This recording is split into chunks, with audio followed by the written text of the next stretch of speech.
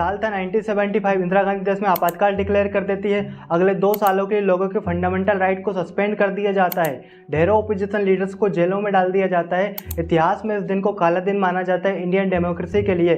इसके पीछे exactly reason क्या थे जिस वजह से इमरजेंसी लगाई, और इससे लोगों पर क्या इम्पैक्ट पड़ा जिस वजह से इसे इतना खतरनाक माना जाता है। आइए जानते हैं आज के इस वीडियो में गहराई से हिस्ट्री के इस इवेंट को। राष्ट्रपति जी ने आपातकाल की घोषणा की है। इसे आतंकित होने का कोई कारण नहीं है। क्रांति है मित्रों, और संपूर्ण क्रांति। Darkest period in India's history. एक ऐसा काला दिन 1975 ऐसा पहला साल नहीं था जब इमरजेंसी लगाई गई हो। इससे पहले 2 बार और नेशनल इमरजेंसी लगाई जा चुकी थी। 1962 में इंडो चाइना वार के टाइम और 1971 में इंडो पाकिस्तान वार के टाइम। ये दोनों बार इमरजेंसी युद्ध की वजह से लगाई गई थी, लेकिन जो 1975 की इमरजेंसी थी वह इंटरनल डिस्टर्बेंस की वजह से लगाई गई थी। ऐसी कौन सी घटनाएं हुई जिनकी वजह से देश के अंदर आंतरिक अशांति उत्पन्न होती है? इनकी शुरुआत होती है 1969 में, जब इंदिरा गांधी की सरकार 14 बैंकों का राष्ट्रीयकरण करने का फैसला लेती है। मतलब उन 14 बैंकों की ओनरशिप सरकार अपने पास ले लेगी। इन बैंकों के पास 50 करोड़ रुपए से भी अधिक की राशि थी सरकार जिनका उपयोग इकोनॉमिक डेवलपमेंट, एग्रीकल्चर और एक्सपोर्ट के लिए करने वाली थी, जिससे आम जनता को तो लाभ होता, लेकिन जो बैंक के शेयर होल्डर्स थे और ओनर थे वह इस बात से खुश नहीं थे।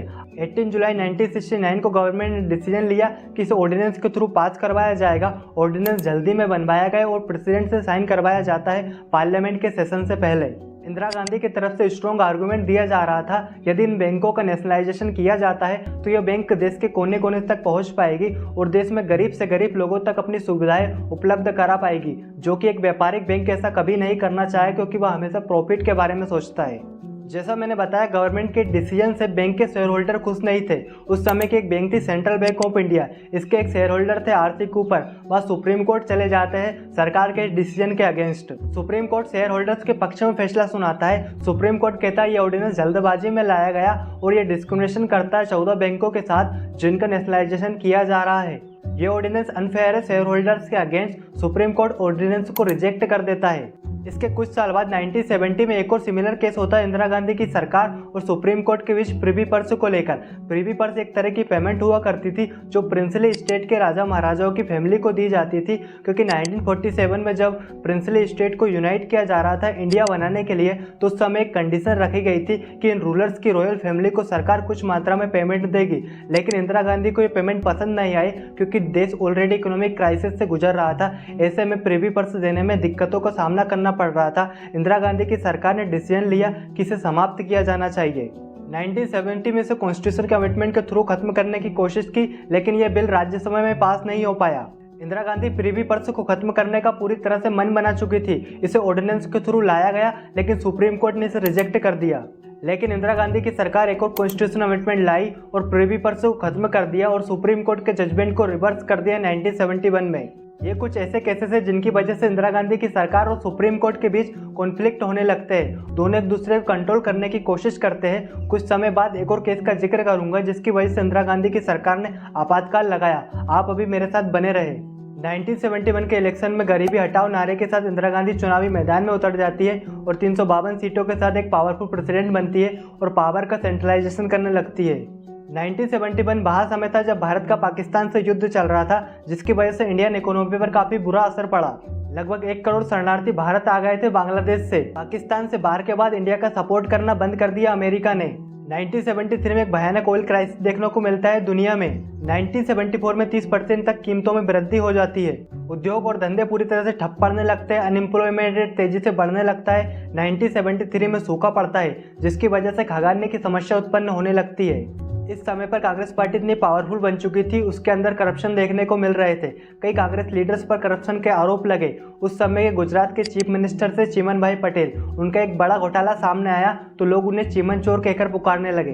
1974 में मोरारजी देसाई के नेतृत्व में गुजरात के लोगों ने आंदोलन किए महंगाई और करप्शन को लेकर। स्टूडेंट सड़कों पर उतर आए, बसें जलाई गई, दुकानें लूटी गई और पुलिस पर हमला किया गया। इसे नवनिर्माण मूवमेंट का नाम दिया जाता है।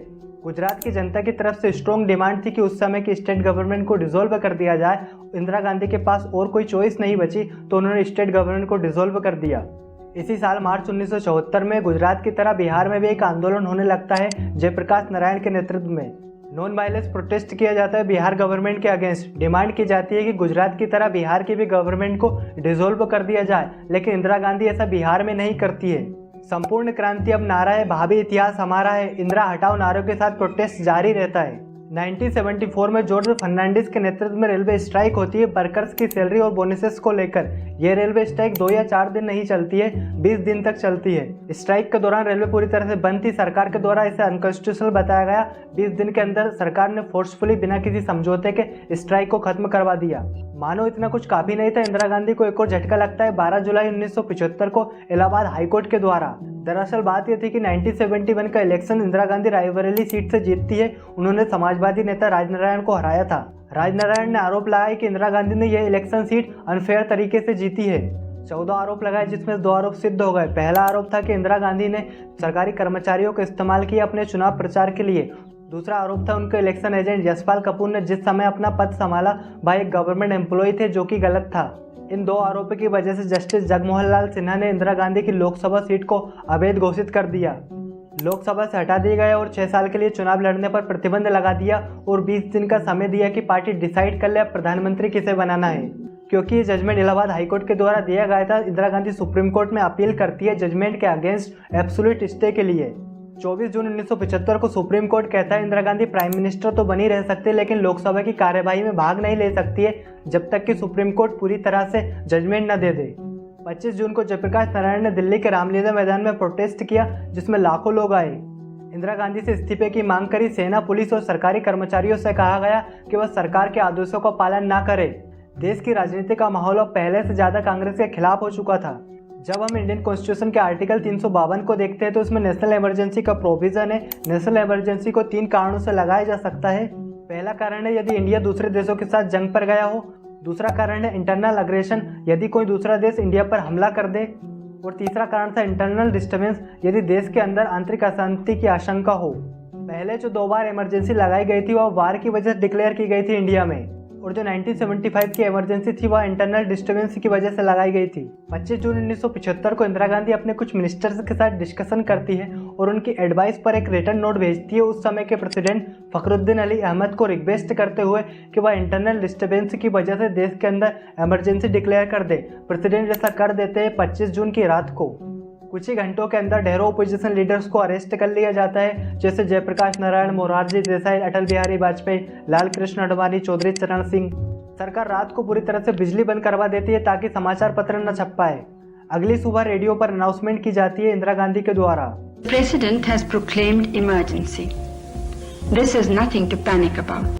इमरजेंसी के पीछे कारण तो बहुत थे, लेकिन जो इलाहाबाद हाईकोर्ट का जजमेंट था और जो जयप्रकाश नारायण के प्रोटेस्ट हो रहे थे, जो इंदिरा गांधी के लिए एक्सक्यूज बन जाते हैं इमरजेंसी डिक्लेयर करने के लिए। और अगले 2 साल जो होता है वह अपने आप में ऐतिहासिक था। इस समय को darkest period of Indian democracy कहकर बताया जाता है। आरएसएस और जमात इस्लामी जैसे कई ऑर्गेनाइजेशन को बैन कर दिया जाता है गवर्नमेंट के द्वारा। कई कम्युनिस्ट लीडर्स को अरेस्ट कर लिया जाता है और जो कांग्रेस लीडर इमरजेंसी के अगेंस्ट थे उन्हें पार्टी से हटा दिया जाता है। और एक और भयानक चीज देखने को मिलती है नसबंदी। सरकार के द्वारा पॉपुलेशन को कम करने के लिए लोगों की जबरदस्ती नसबंदी करवाई गई। यह काम इंदिरा गांधी का बेटा संजय गांधी करवा रहा था। 21 मार्च 1977 को इमरजेंसी खत्म कर दी जाती है और इलेक्शन बुलवाए जाते हैं। इंदिरा गांधी रायबरेली से और संजय गांधी अमेठी से दोनों चुनाव हार जाते हैं और जनता पार्टी की सरकार पहली बार पावर में आती है। यह पहली बार हुआ था कि कांग्रेस के अलावा किसी और पार्टी ने सरकार बनाई हो, लेकिन यह सरकार ज़्यादा दिन तक नहीं चल पाती है। 18 महीनों के अंदर सरकार गिर जाती है। 1980 में फिर से इलेक्शन बुलाए जाते हैं और एक बार फिर कांग्रेस पार्टी सत्ता में आती है और इंदिरा गांधी प्रधानमंत्री बन जाती है। लेकिन इस बार इंदिरा गांधी की इकोनॉमिक पॉलिसी में चेंज देखने को मिलता है। वह कैपिटलिज्म की तरफ मूव करने लगती है। उम्मीद करता हूँ वीडियो इंफॉर्मेटिव लगा होगा। मिलते हैं दूसरी वीडियो में, तब तक के लिए बहुत बहुत धन्यवाद।